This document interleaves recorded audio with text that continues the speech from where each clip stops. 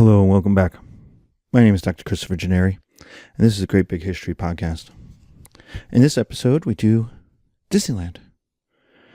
I know, we just got finished done with destruction and death and war and the Holocaust and genocide and the atomic bomb. And now we're going to do Disneyland. But yes, we're going to do Disneyland because this is part 3. This is part 3 of the course from 1945 to 2000 and somewhere. But the idea of why we do Disneyland, and in this episode we're going to do Disneyland, Disney World, and Epcot, is because of what they symbolize. And what they symbolize is something about America and American culture from 1945 to roughly 85 is what we're going to be talking about in this episode. And so we start with optimism. The United States had won the war. It had defeated the Great Depression. It was the richest, most powerful country in the world. And so there was an optimism in 1945 that didn't exist anywhere else. Britain was traumatized. Germany was defeated and destroyed. Japan obliterated. China traumatized. Southeast Asia traumatized. The Soviet Union victorious but traumatized. And the Soviet Union lost 20 million people. So the one place in the world that came out richer, better, was the United States. And this is summed up in a phrase by Walt Disney: if you can dream it, then you can do it. And it's that phrase. And if you've been in Disney World in the last 20 years, you've seen those posters wherever they're rebuilding or building new stuff. You'll see, if you can dream it, then you can do it. And it's that spirit of optimism that turns 100 and so acres of orange grove in California, outside of Los Angeles, in the middle of a sleepy, not quite city of Anaheim, into the happiest place on earth, in what will become Anaheim, a major city in Southern California. So America's wealthy. It's wealthy from the war industries. It's wealthy from all the spending, all the New Deal spending and then the war spending.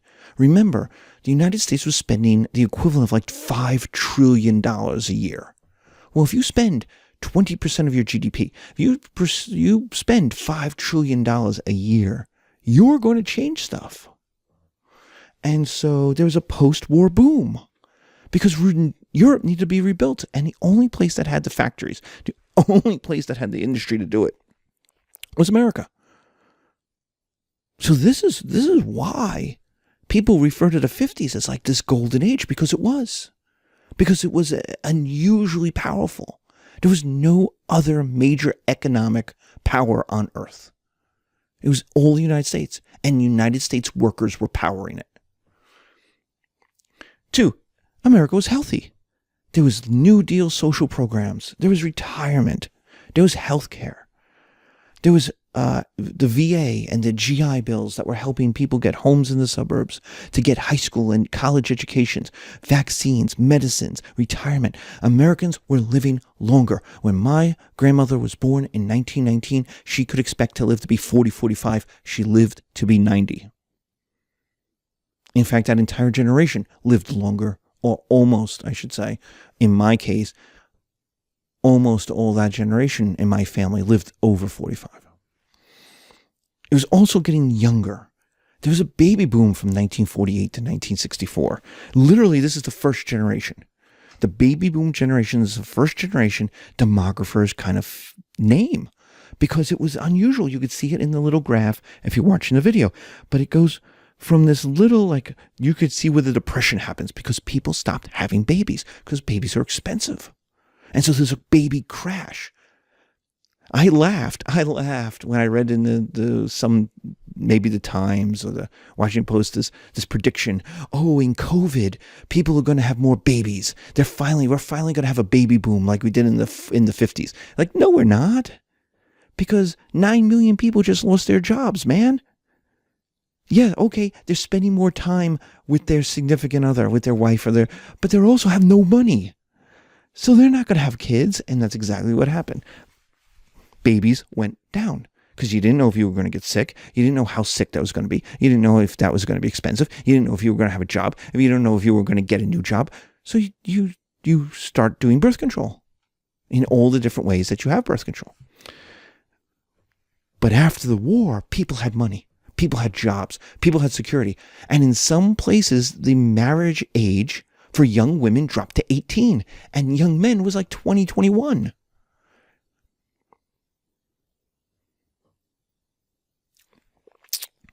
So young people start to matter because they are so huge. There's this huge boom. Everyone had babies. Young people suddenly matter to economics and then to politics. Why do they matter to politics? Because now you have people who are fathers having to vote for stuff for their kids. And then when those kids grow up, they're going to want to vote. So you get childhood play, you get Christmas toys, you get 18-year voting, you get rock and roll on the radio.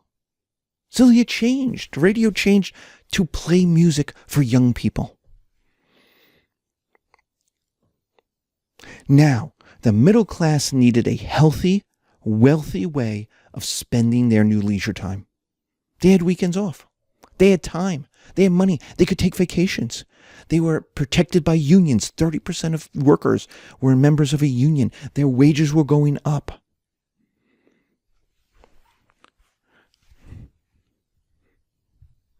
And the answer to that was Disneyland. It's going to be Disneyland. That it's going to be the safe, expensive, but middle-class way of having childhood entertainment. Now, my wife, Dr. Elizabeth O'Connell-Gennari, is an expert in this. She has a class in this at Rowan. She has done lectures for the Burlington Historical Society on this. So I refer to her. A lot of this stuff comes from her material, and I highly recommend, if you can, to take one of her classes and or lecture series. 2. Disneyland was aspirational, middle-class, wholesome family entertainment. It was expensive. It was always expensive. It always locked some people out. That was its purpose. The idea, though, was that you could save about 2 to 3 years and go. It wasn't for everybody, but it was obtainable for working class families, especially white middle class and working class families. And so it becomes this rite of passage for white middle class kids.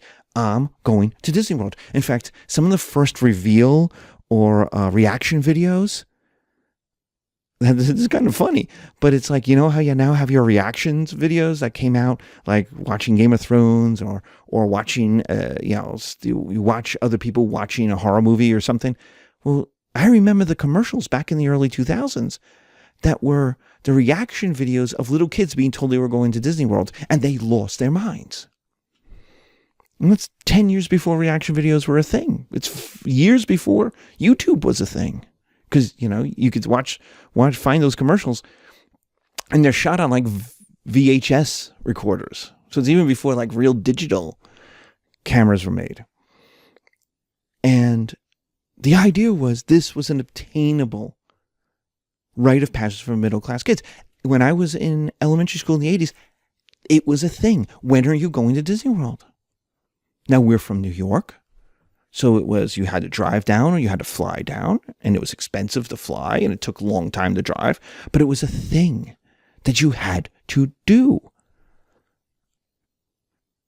And that, Joe had just went to Disney World. It's like how people talk about going to Vegas today. It's like, Joe went to Disney World. Like, oh my God, that's crazy. 3, it was anti-depression thinking. Everything about it. That we can create a fantasy land, literally a fantasy land, in the middle of orange groves, that we can mold nature, we can mold economics, we could create culture and link a company, Disney, to families, that families would think of Disney as the place that they did their family stuff. Like, that corporations didn't work that way before. People didn't like corporations before. This is totally new and totally anti-depression. Remember, in the Depression, corporations caused the Depression. Corporations were the problem. Capitalism was the disease. It had to be reined in. That's what the New Deal spent most of its time doing. The New Deal had to fix capitalism with socialism in order to save capitalism. Otherwise, you would have had fascism or communism. That was our entire lecture. You had to destroy capitalism in order to save it. Well, Disneyland is that next step is, hey, what if families could love a company? They could trust a company. That they could believe that this company's products were good for them, were made for them, had them in mind. They would be loyal. They would spend more money. So, how does Disneyland work? Well, the first thing is, it represents an America that was. It represents an America. That's really what Disneyland is doing. Different phases of America. The first is Main Street USA, a nostalgia for an America that was. But it never really was. Like, it's a wholesome Midwestern 1900 town. Front. It's the commerce section. Nobody lives on Main Street. Those are businesses on the second floor. Not apartments. Save one. Waltz. There's horses and buggies, but there's no poo. There's stores, but there's no pickpockets. There's no people spitting on the sidewalks. All the doors are open. There's music. There's the smell of cookies and baked goods. There's ice cream at one end. There's an emporium. Is that really what towns look like in 1900? Really? Do they look like that today? Small town America? No, it's an idealized idea of a Main Street. There's Mr. Lincoln telling you about America and about American values. I mean, there's a hero, Abraham Lincoln. In life, moving around.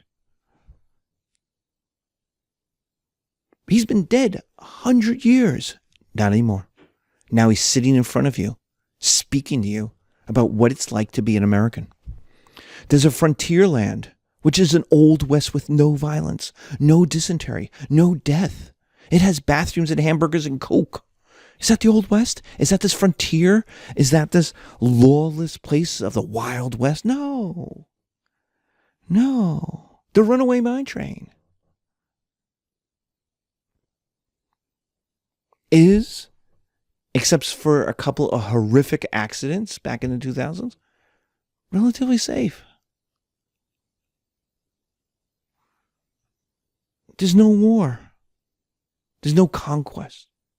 There's no violence.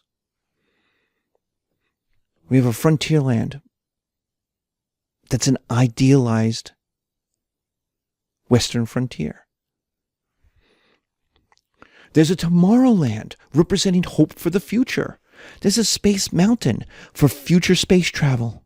Like, this is 1955. No one was going into space yet. Nobody.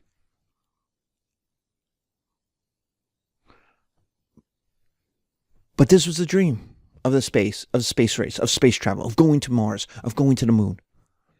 There's a House of Tomorrow, which had better home technology. You could literally walk around the House of Tomorrow and look at stuff that, in theory, you could buy either now or soon. There was capitalism and technology equaled adventure. That's the idea of Tomorrowland. The sky was the limit. And who was it the limit for? America. America was awesome. What's good for GM is good for America, and vice versa. Now, that's a crazy idea today, because GM does not give a damn about America today. Apple doesn't. Microsoft doesn't. Blizzard doesn't. None of these billion-dollar... Elon Musk doesn't care. What's good for Elon Musk is good for Elon Musk. If America happens to benefit, good for America. You know, all right. But in the 50s, there was the idea that GM could take the hit on its profits, on its bottom lines, because it could treat its workers better. And the idea went back to Ford. Henry Ford, in 1905 or so, 1915, paid his workers $5 a day, which was something like triple what the daily wage was at other car companies. And it was insane. It was an insane amount. It was insane. People thought he was go bankrupt. But what Henry Ford knew was if he paid them well, if he paid his workers well, they would be loyal to his company. They would stay. That it was more expensive to replace those workers than it was to pay them more. And more importantly, they would buy Fords because they would be loyal to the company. So he would get the money back in sales. And that was the thinking for companies in the 1950s. Because nobody trusted capitalism. Even the companies didn't trust capitalism. So CEOs made less money. The stock market was boring. It would go up 3% a year, 5% a year. It was boring. If you came in with I'm going to do vintage mortgage repro stock swaps, you'd be laughed out. Nobody would trust you. It's the old, boring banker philosophy. You take the money in and you pay 3%. You loan it out at 6%. You're on the golf greens by 3 p.m. Done. Banker's hours. You didn't have to. Bankers did not spend waiting for the Tokyo Stock Exchange to go open or for London to open. No. It's called banker's hours for a reason. You left early because your job was boring. It was secure. You made a good wage. Look at Mr. Banks in 1910. He's a upper middle class guy, and he's a bank manager. He's not the manager of the entire. He doesn't own the bank. He's just a manager. But he's strolling home at 6 o'clock every day. His life is dependable. And so there's this idea that what's good for companies is good for America, but also what's good for America is good for companies. You had unions, middle-class money for white and black workers. It was good if you were a black worker who could get a union job in one of these big companies. You got a level of protection and middle-class access to life that was unavailable to your kin, especially in the South, the rural South. You had international trade. You had peace, which all meant success for U.S. corporations. Because they can now sell stuff abroad. In 1955, the USA was the number one place to live in the world. It had problems, but everybody figured they were fixable. There was still homelessness, but it's fixable. We have money. There's poverty. We could fix that. There's racism. Okay, but we could fix that. We're fixing it in the North. We'll get there in the South. Right? It might take time, but we'll get there.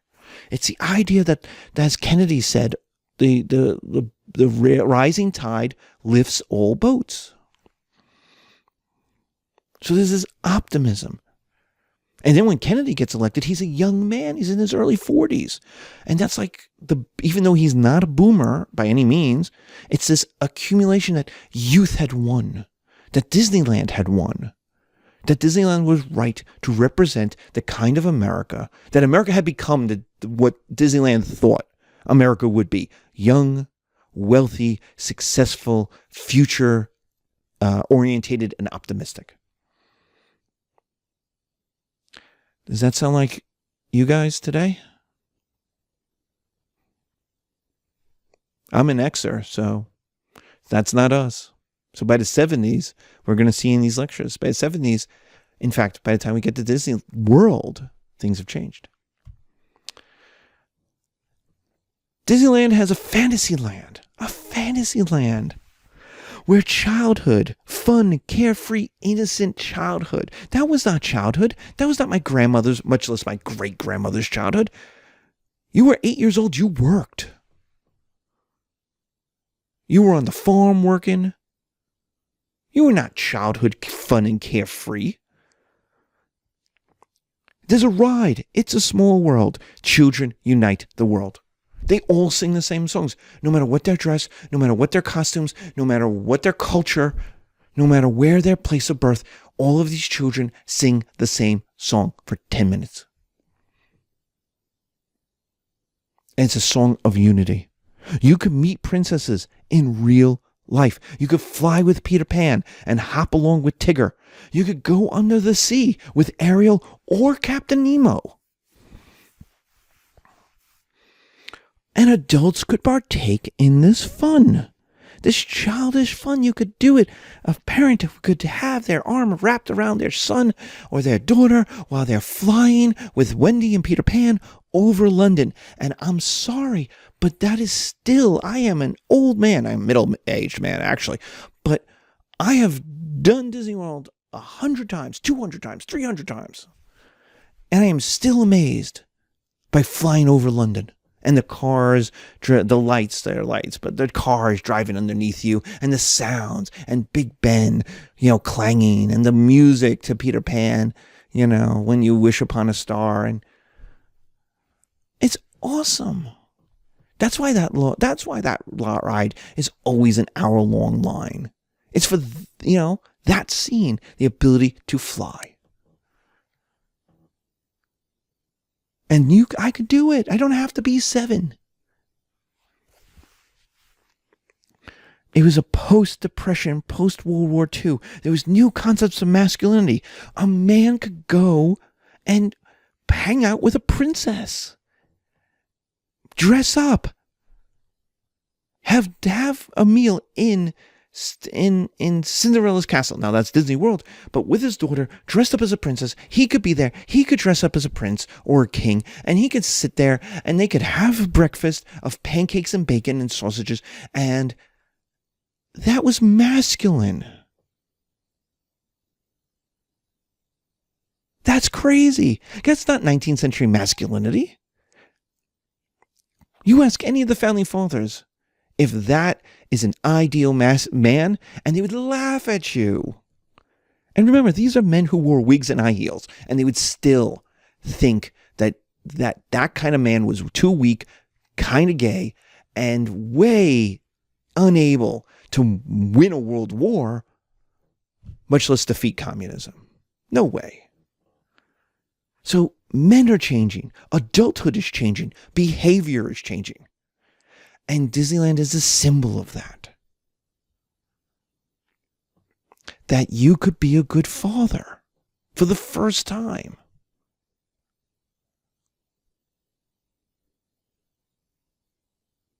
Watch again Mary Poppins.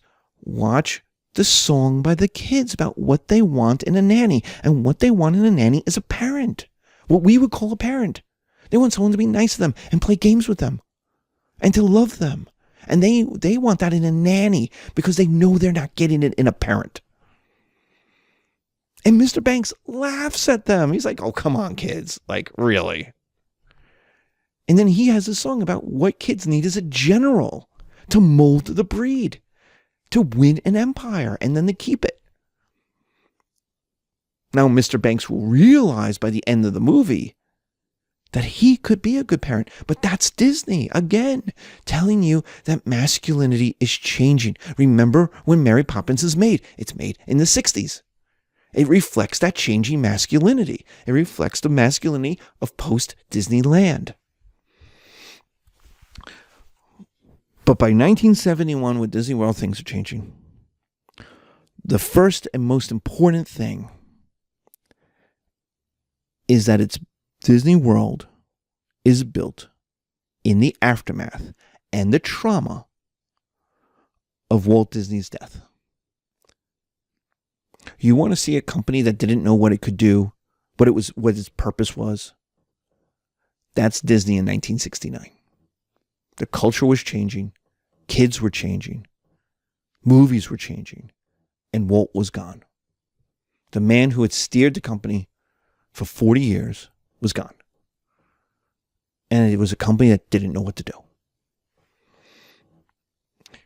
Who could be the new Walt? And in fact, we've been looking for the new Walt ever since. Michael Eisner thought he was going to be the new Walt. He even brought back the Disney evening show on ABC, just like Walt did. And he introduced it. He'd get up and he'd do his introduction just like he was Walt. He was Uncle Walt. Turned out he was too much of a jerk to be Walt. And that's not to say Walt couldn't be a jerk, but Walt played Uncle Walt, the role of Uncle Walt, much better. Then it was supposed to be John Lasseter. You know, here's this guy who makes great movies, Toy Story 2, right? A Bug's Life. And he's childish. In his office, he always wears, you know, these loud shirts and these Hawaiian shirts, and his office is full of toys. And then it turns out he's a sexual harasser. Then it turned out he was a terrible boss to women. And he liked touching them. His employees, his female employees. Turned out he was a jerk. Just like Joss Whedon. You know, the new CEOs don't even try. They don't go on TV. You don't even know who they are, maybe. You don't even, you know, the newest CEO. You know, they're businessmen. They're in it for the stock. They're in it for the power. They're not in it to change the culture. So there is no new Walt. There was the idea that it might be Steve Jobs, but Steve Jobs was way too much of a jerk to ever be Uncle Walt. You know, but it's that search for a new leader, a new paternal figure. And Disney World is going to be built in the aftermath of this trauma. What do? Well, let's build Disneyland Part 2. Now, it wasn't supposed to be Disneyland. Under Walt, it was supposed to be Epcot, which was a new city, the city of tomorrow. A perfect and a platonic perfect city in the swamp. It goes from that, Walt's idea of a perfect city, 20 miles from Orlando, so it tells you how important Orlando was in his thinking. Or how important Orlando was in 1966. And it becomes Disneyland East, the Magic Kingdom theme park. So Walt Disney World from the beginning was a replica built on nostalgia, but it was bigger.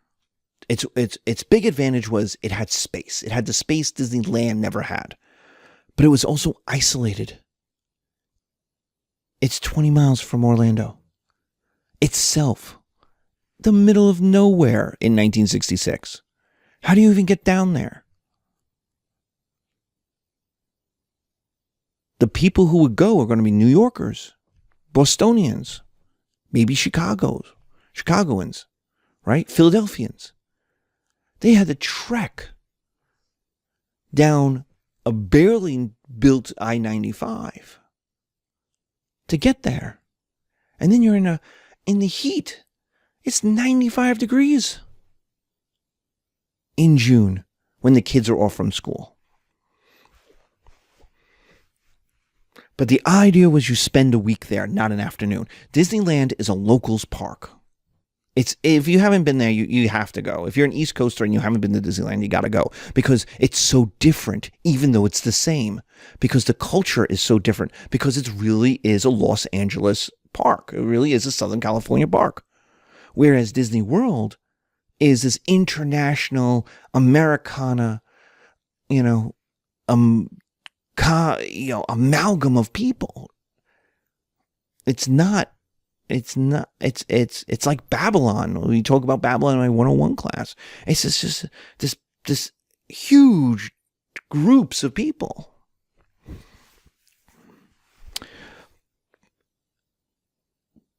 But since it's bigger, it still couldn't be too different. It was still stuck in nostalgia. People wanted Disneyland. in the East. You needed to have a Pirates ride. Disneyland was supposed to be, Disney World, was supposed to be different. It was going to be different. There was going to be 2 different parks. And then people showed up and they said, where's the pirates? Where's the ghosts? And they had to build the Pirates of the Caribbean ride. They had to build the Haunted Mansion ride to please the guests.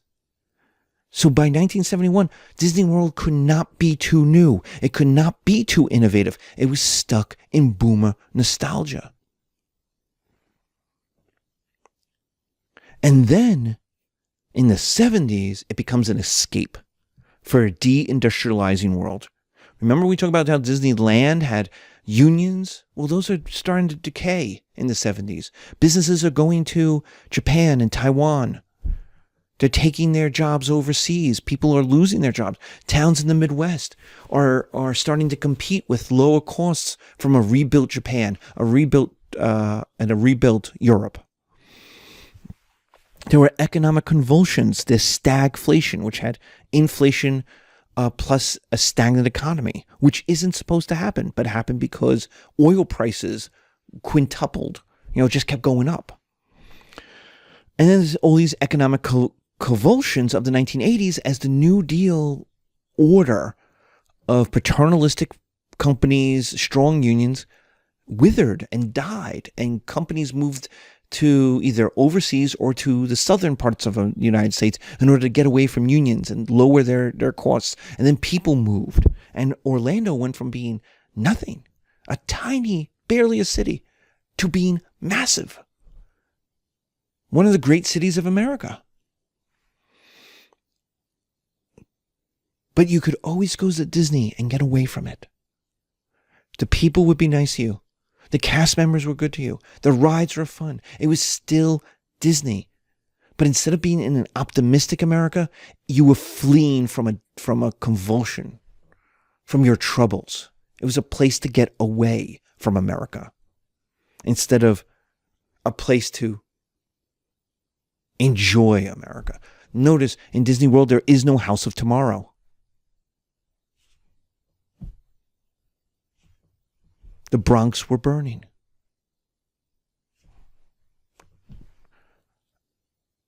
And so Disney World becomes this mecca, a place to do a pilgrimage for middle-class white, especially white kids, but for middle-class kids. It was a sign of masculine success.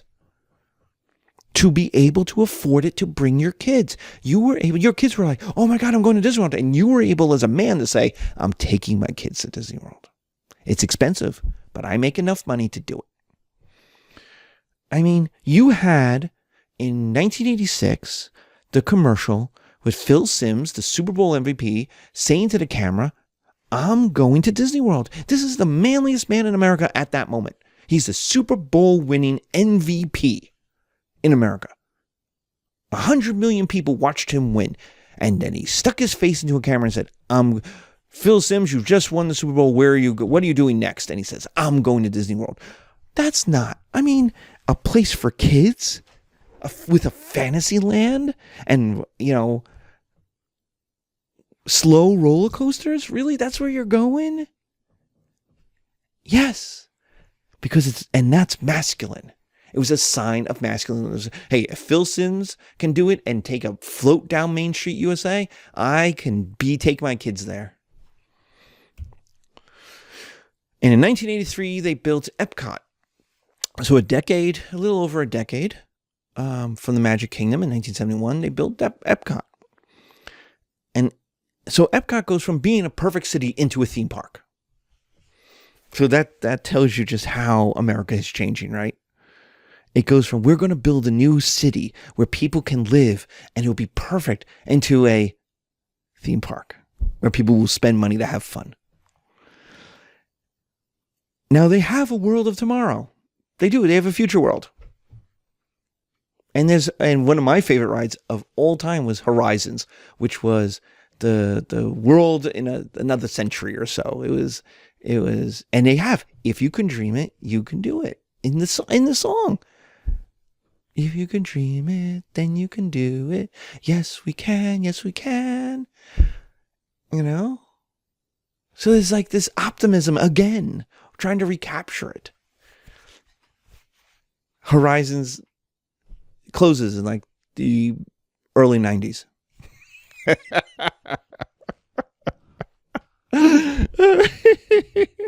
Just as I'm getting into adulthood, right?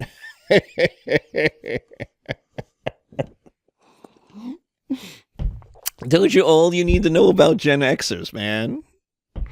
Right? We grew up in stagflation, had the nuclear holocaust worrying us. Then we had AIDS, and then this the one ride about the optimistic future closes down when we reach college.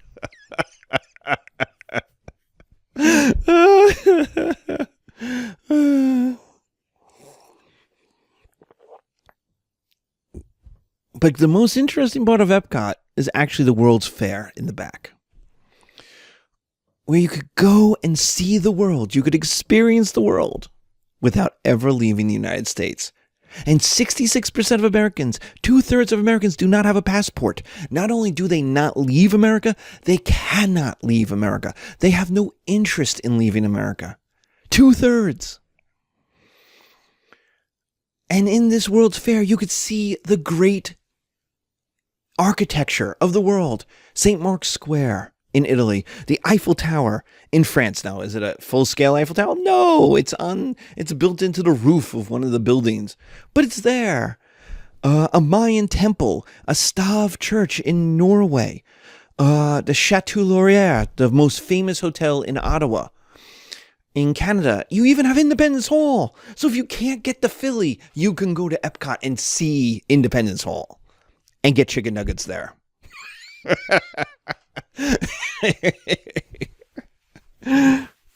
You could get chicken nuggets at Independence, and they're good chicken nuggets, hot dog, hamburger, and chicken nuggets in Independence Hall. And what does all this emphasize? It's safety. Safety from the wider world. It's not optimism. It's safety. You could experience the world without being troubled by it.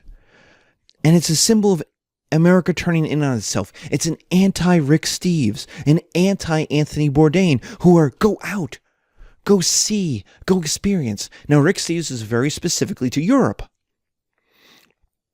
But his idea is you will learn more about yourself if you go and see the world, go and experience the world. Just go and walk the streets. Anthony Bourdain is, his great advice is find a place that's busy.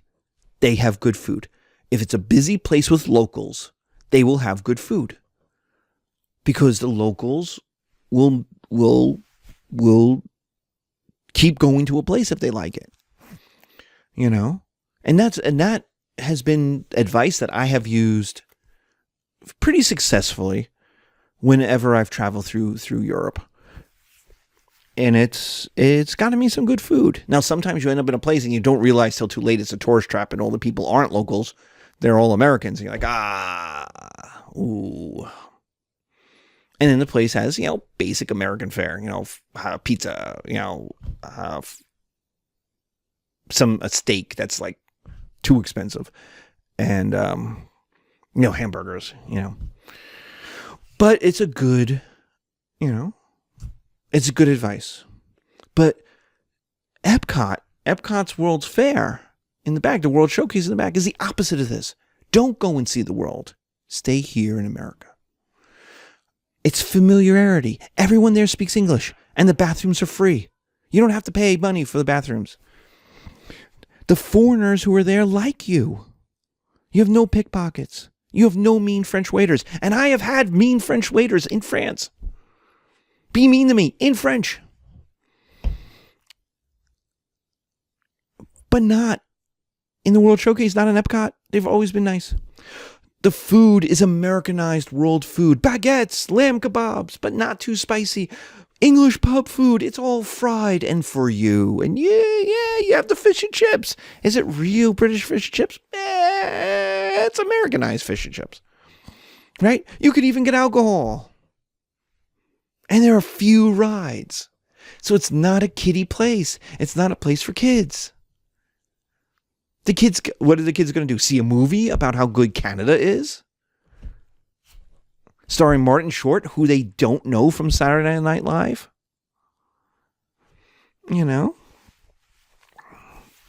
The kids are there for the rides. The World Showcase is a giant, half-mile circular walk.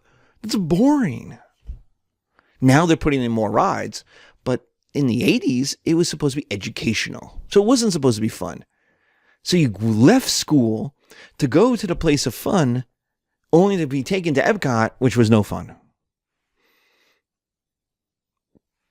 That tells you all you need to know about America in 1983. The idea that even on vacation, it should be work. That's not Disneyland. That's not Walt Disney. That the idea was you went for the fun and you had the fun. You had wholesome fun. Now 1983 is you have to compete. America is falling behind. Middle-class people might lose their middle-class lifestyles. So even here's an educational experience. Watch a movie on France. It's 15 minutes long, and you'll learn about France. Now, will you learn everything about France? No, of course not.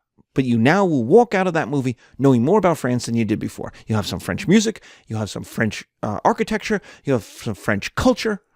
Maybe you'll go to France. Maybe you'll take French when you reach high school. But it's not really for kids.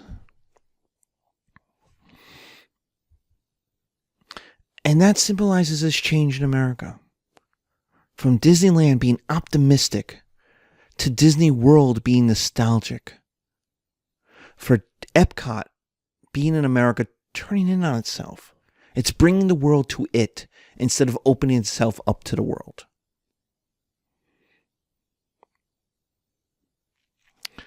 So, I hope you enjoyed. I hope you're now thinking about Disney World and Disneyland and Epcot differently than you did before. You could certainly justify an educational, college level trip to either one. We will talk about the World Disneylands when we do World Cinema and World Culture. So that will be coming up at the end of our part 3.